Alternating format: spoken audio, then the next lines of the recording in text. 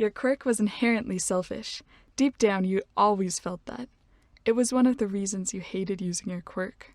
Although the side effects were bad enough, too. You got into UA on the general studies track, and that was where you met Hitoshi Shinsou. For some reason, even though he stayed aloof from most of the students, he seemed to open up to you. You both had a similar sense of humor, and sometimes after talking you would just sit in comfortable silence. You liked that about him. In fact, the more he opened up to you, the more things you liked about him.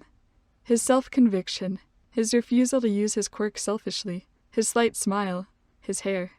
You found yourself smiling as you thought and blushed in annoyance, snapping out of it. You prided yourself on not being the kind of girl to fall easily. Did you have a crush on Hitoshi? No way, it had just been your happiness for the friendship that had you smiling. Still annoyed, you tossed your backpack on your shoulder and stalked off to class until the bell rang, signaling the end of school. As usual, Hitoshi was waiting for you outside. You fell into step beside him.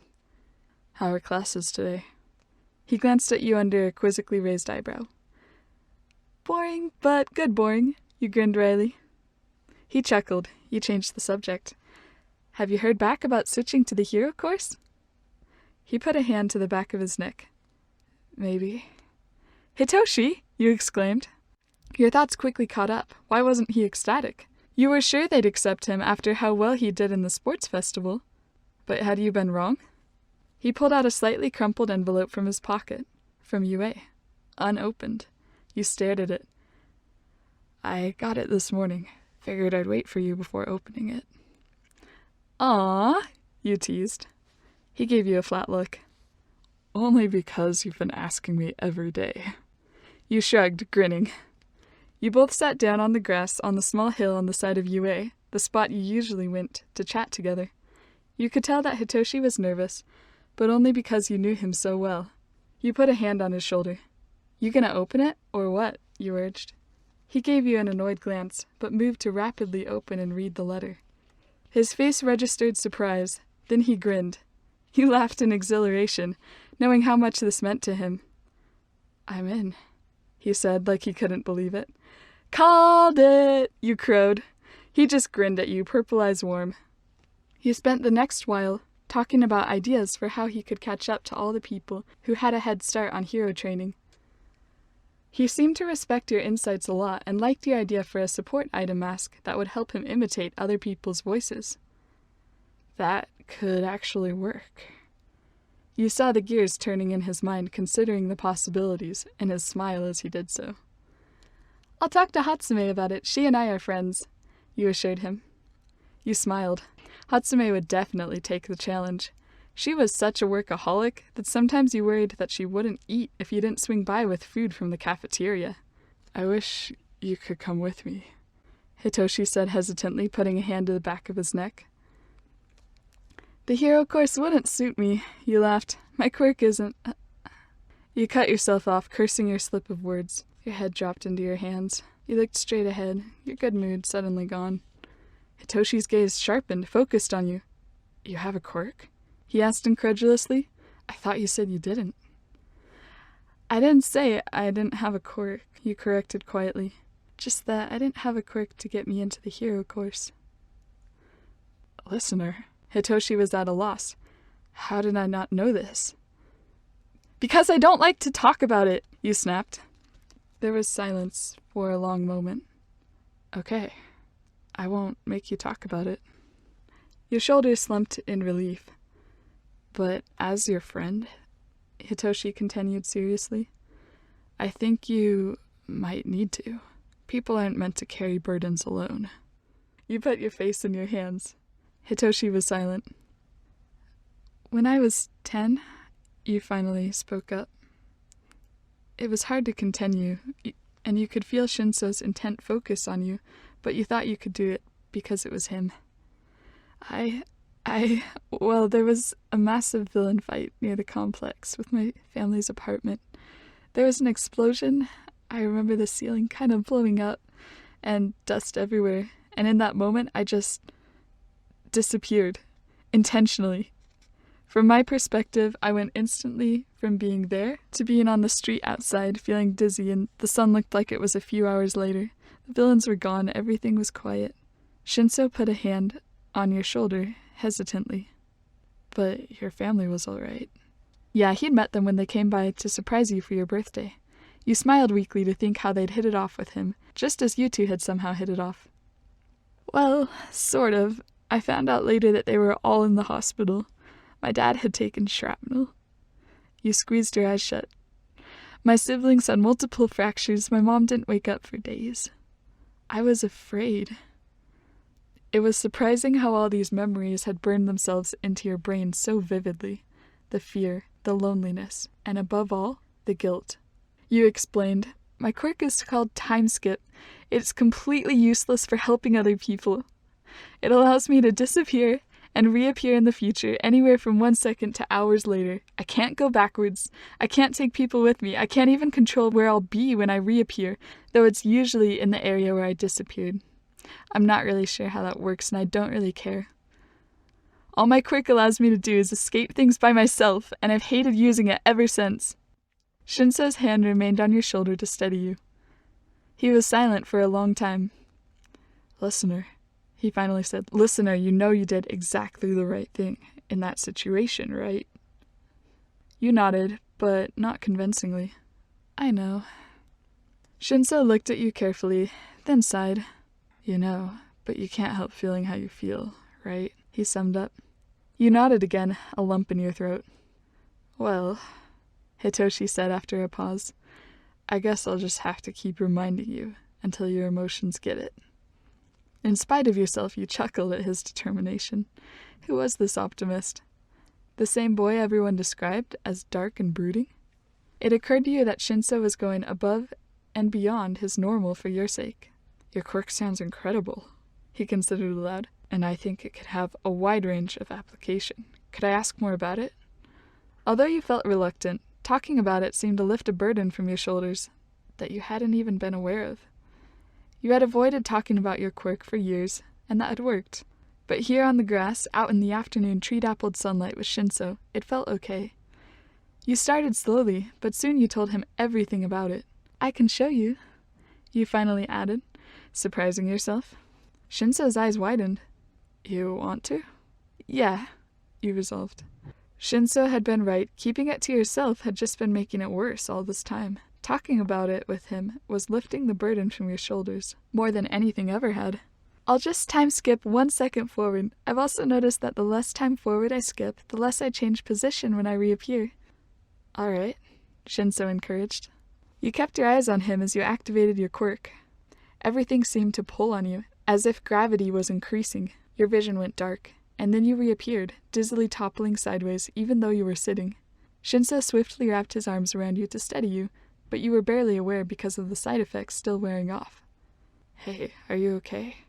Shinsou was looking down at you. Yeah, you smiled weakly.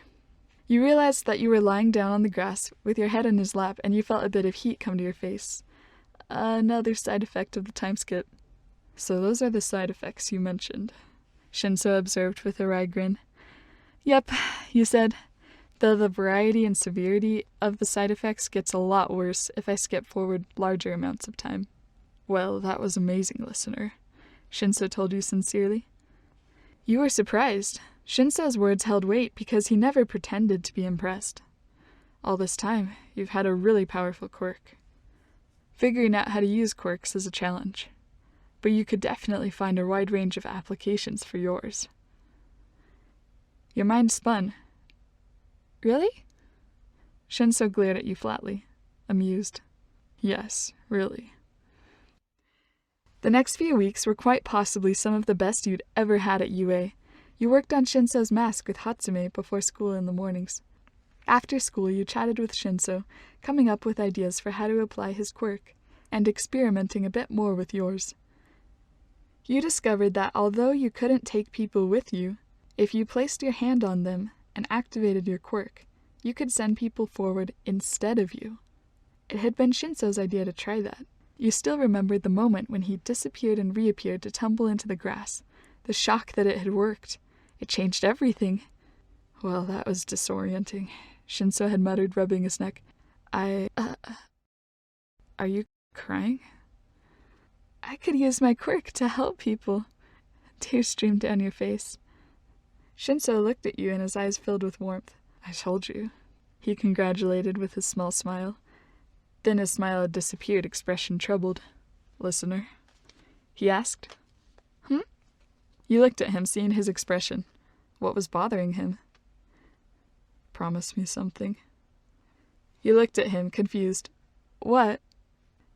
Promise you'll never use your quirk to send me away if there's a dangerous situation. His intense gaze dared you to argue. Oh, was he worried about you protecting him instead of yourself? Well, darn, he was right. That was the very reason you were so happy. If, by some small chance, the situation came again, you could make up for how selfish you'd once been. Hitoshi, will you promise not to use your quirk on me if there's a dangerous situation and I refuse to escape? Shinsou's expression turned stormy. Listener, he growled. No? You looked at him. Well, I can't promise anything either. Shinsou glared at you. You're so stubborn. So are you, you retorted. He looked like he could growl with annoyance. After a moment, he turned abruptly and walked away, leaving you on the hill by yourself. The two of you didn't bring up the argument again after that, and you let it go, hoping that Shinsou had forgotten it. Shinsou had started using his voice-changing mask, and you experimented with his quirk more than yours these days. Shinsou was always hesitant to use his quirk on you, but you persuaded him that he needed the practice. You didn't mind too much because you trusted Hitoshi. Over the last few days, you'd practiced various exercises with him. He'd stopped you mid-run, tested how quickly he could change commands, and so on. Listener? He asked. Yes? Shinsou's quirk took control. Your body stopped walking, your hands dropping slowly to your sides, as you could only stare forward. Still under the influence of Shinsou's quirk, you obeyed his request to face him. Come here, he said. You walked over to him. Sit in my lap. What? You had no control, your body obliged, lowering you into Hitoshi's arms. You were going to kill him for this. Relax, he said, and your body relaxed abruptly, settling onto Hitoshi's legs with his arms cradling you under your knees and around your shoulders.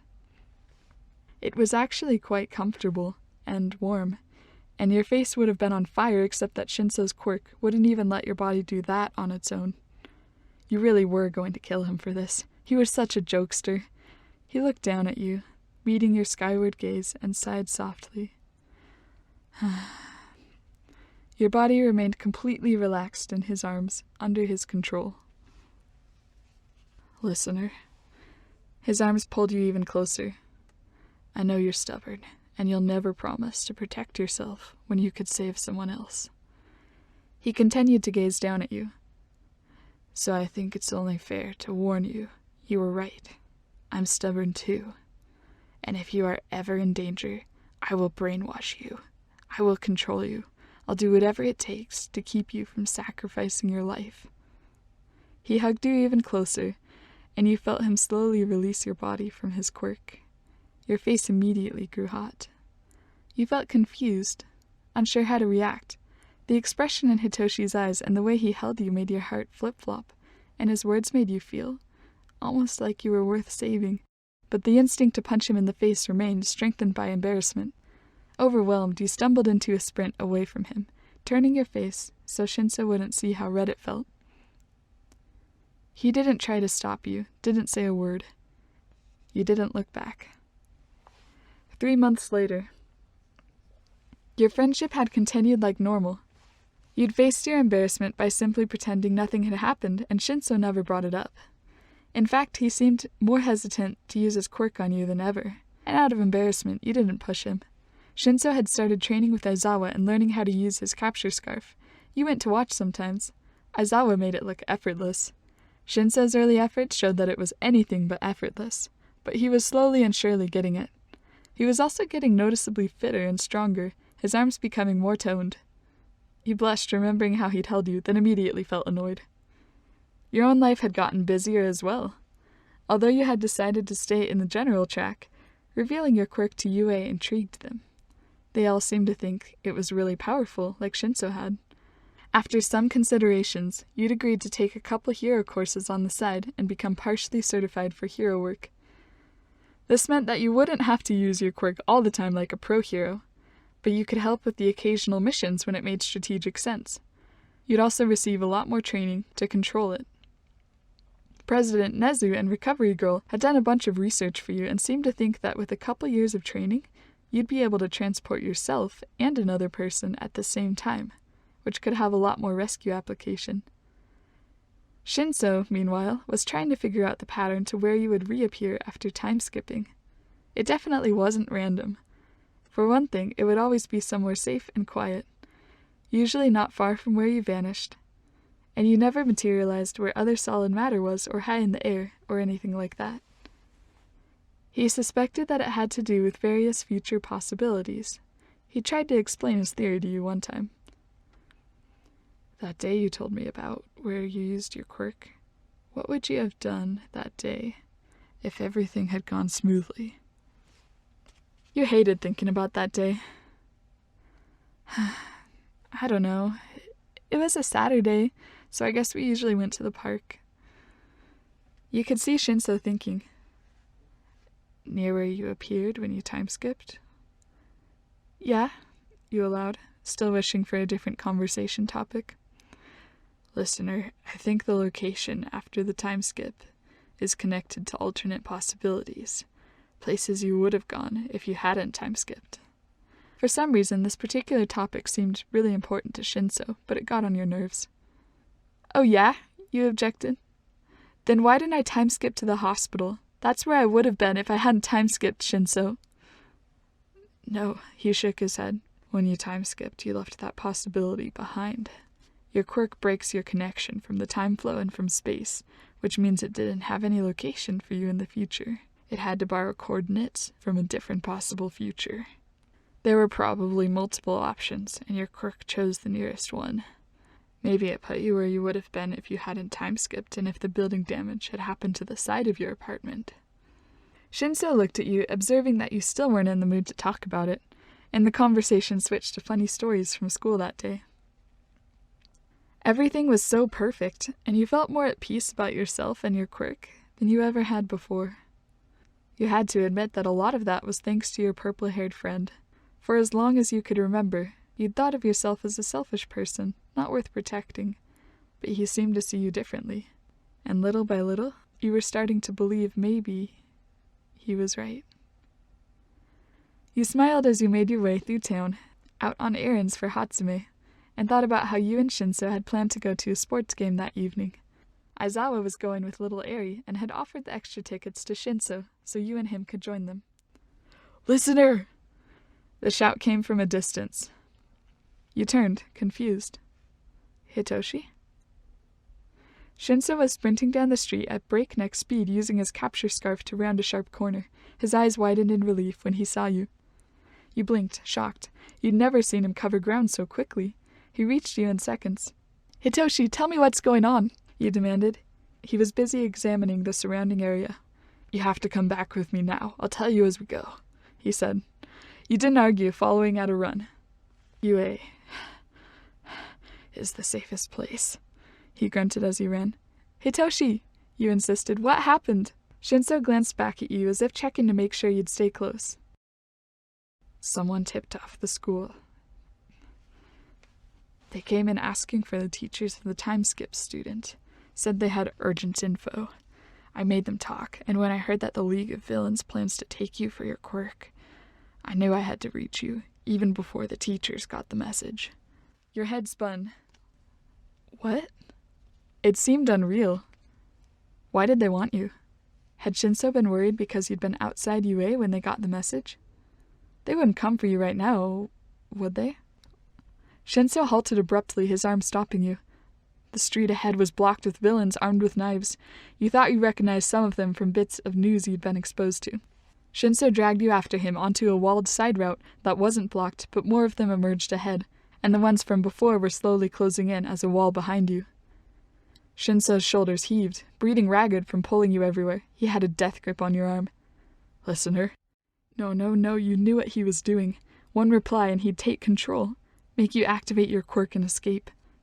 You realized also that he was gripping you so that you couldn't lay your hand on him, which is what you needed to do to get him out of here. Shinsou glared at you, knowing full well the reason for your silence. "You want to stay and fight them with me?" he tried again, voice goading. You almost replied. He was good. He glared at you, then around at the villains closing in. Still gripping your wrist, he'd positioned himself to shield you. "You guys aren't League of Villain wannabes, are you?" His voice dripped disdain. One of them, a big heteromorphic villain with 8 arms, started to reply, and Shinsou immediately used him to take down 3 nearby villains before he was restrained. One of the villains, a guy with hands all over his outfit, chided them. "Don't lose your focus. That boy will control you if you speak to him. We've been wanting to recruit him, but all intel indicates it's a lost cause." This was bad. You were still in shock, but even though you felt numb, you could still analyze the situation, as though from a dream. Shinsou's death grip was the only thing that felt real. You focused on that. They only wanted you. Alive, probably, since they needed your quirk. Shinsou, however, they'd given up on. They would try to kill him. And given the numbers and the fact that he wouldn't let go of you, the odds were not in his favor. Tears stung your eyes. If you escaped like he wanted, would that be enough to help him fight well? No, not when he was surrounded like this, and they were warned of his quirk. There was only one way. You reached forward slowly, resting your free hand on Shinsou's hand, still gripping you. You activated your quirk the moment your hand touched him. He jerked away instantly, but it was too late. "No!" But he disappeared before the word was even complete.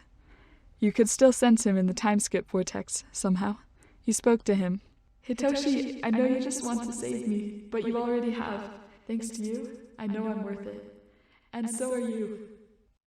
You had fallen to the ground from the effort of sending him forward.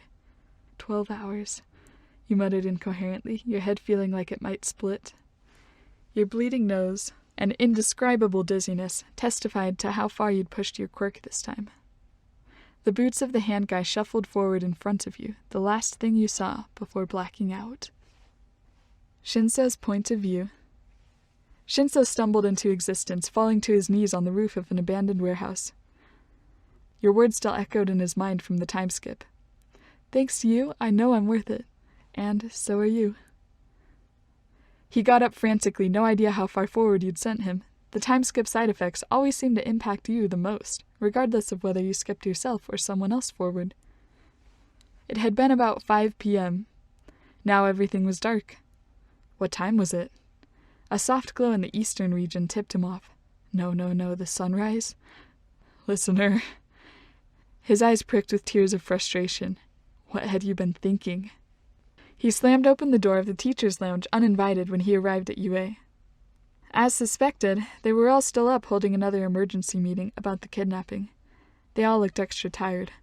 Well, Aizawa looked exactly the same, the rest just matched him now.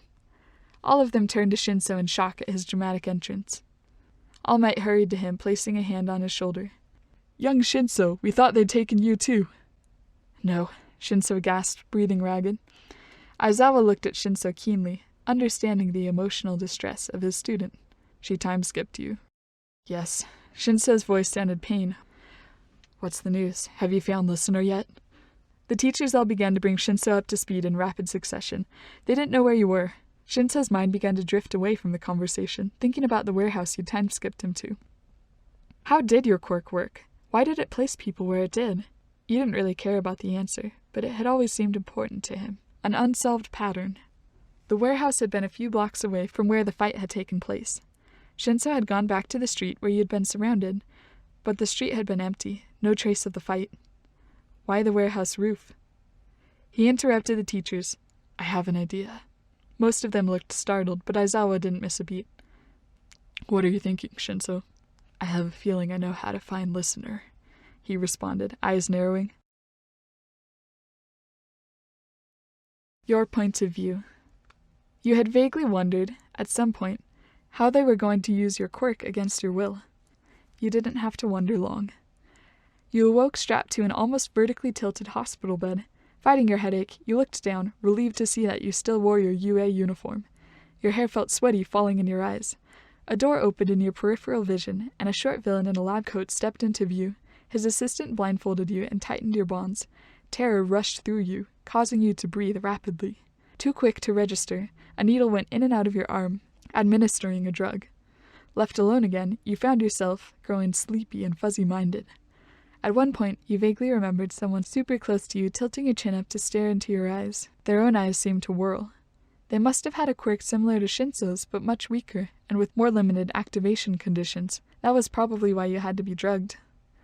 You remembered the tugging feeling of activating your quirk, so they eventually got it to work on some level.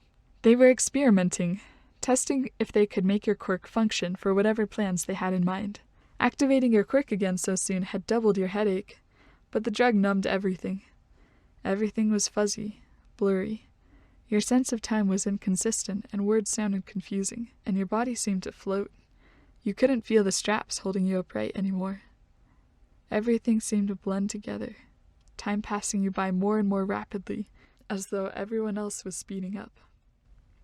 Shouts somewhat pierced your consciousness, but you didn't react. It was loud, but everything was so far away that it didn't matter. Light. You had been in the dark for so long. The sudden flood of light finally caught your attention, even though everything was still blurry. You thought you heard Shinsou's voice calling you, and you finally reacted. "Hitoshi," you whispered. Your voice was gone, but you tried to say it. Then you stopped, realizing you were just hallucinating now. You sighed, slipping back into apathy. You awoke by degrees. This time it was different. Bright light shone even through closed eyelids. You could actually sense your body. You weren't just floating, but you didn't feel any straps. Your head throbbed dully, and your mouth felt dry. A constant pressure on your hand somehow reassured you. You cracked your eyes open, finding yourself in the hospital. Shinsou sat by your bedside, asleep with his hand clutched in both of his as he slouched in exhaustion. Darker than usual circles underlined both his closed eyes. You smiled weakly to see him there, and fell back asleep. Peacefully this time. The next time you woke up, Hitoshi was leaning over you, purple eyes fixed anxiously on your face. You smiled weakly, and tried to speak, but your voice was too raspy. His brows furrowed, and he held some water to your lips. You sipped, and it helped. "Hitoshi," you rasped. "How are you feeling, listener?" he asked, hovering anxiously. "Good," you said, more out of habit than anything. "How did I get here? Did you find me?" Shinsou examined you carefully, not believing you were really feeling well, but answered your question nonetheless. "Yes." He cracked a slight smile. "That's why you time-skipped me so far forward, isn't it? I was furious with you for that, but when I figured it out, it made sense." You looked at Shinsou warmly, grateful that he was so smart.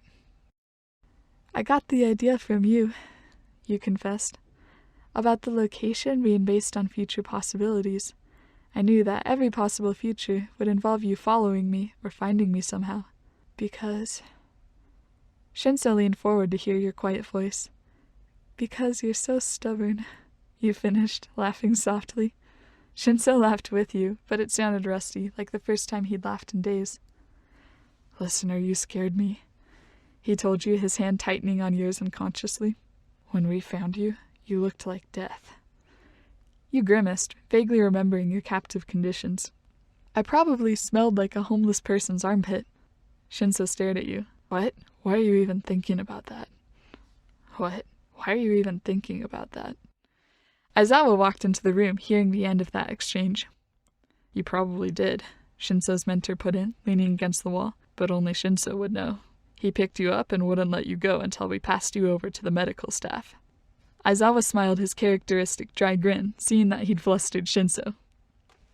"Well, I came because Eri wanted me to bring this to you," Aizawa said, placing a small bouquet of hand-picked flowers on your bedside table. You noticed for the first time that there was a lot of things on the table. Notes, chocolates, flowers, cards of all shapes, a poster signed by your entire homeroom class, and what appeared to be a foot massager machine from Hatsume. You laughed softly, touched. You hadn't been aware that so many people cared about you. "Take it easy, listener," Aizawa said gruffly, closing the door behind him as he left you with Shinsou. "Hitoshi?" you asked. He was still looking at you as though ready to jump up and get anything you needed. I want to thank you for being such a good friend to me.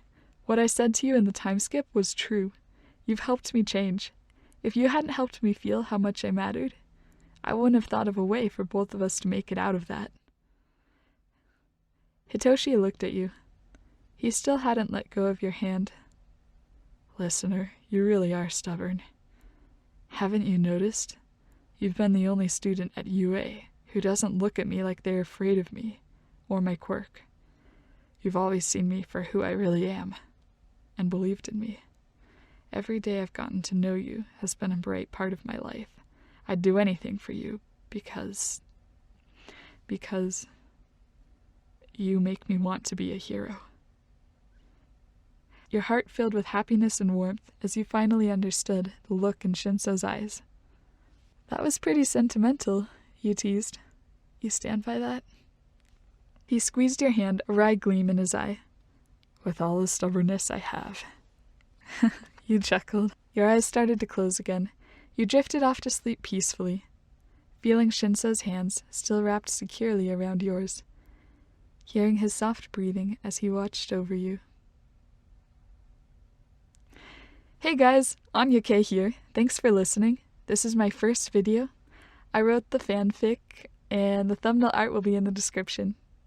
Feel free to put any suggestions in the comments, and if you'd like more, subscribe. I'll see you then.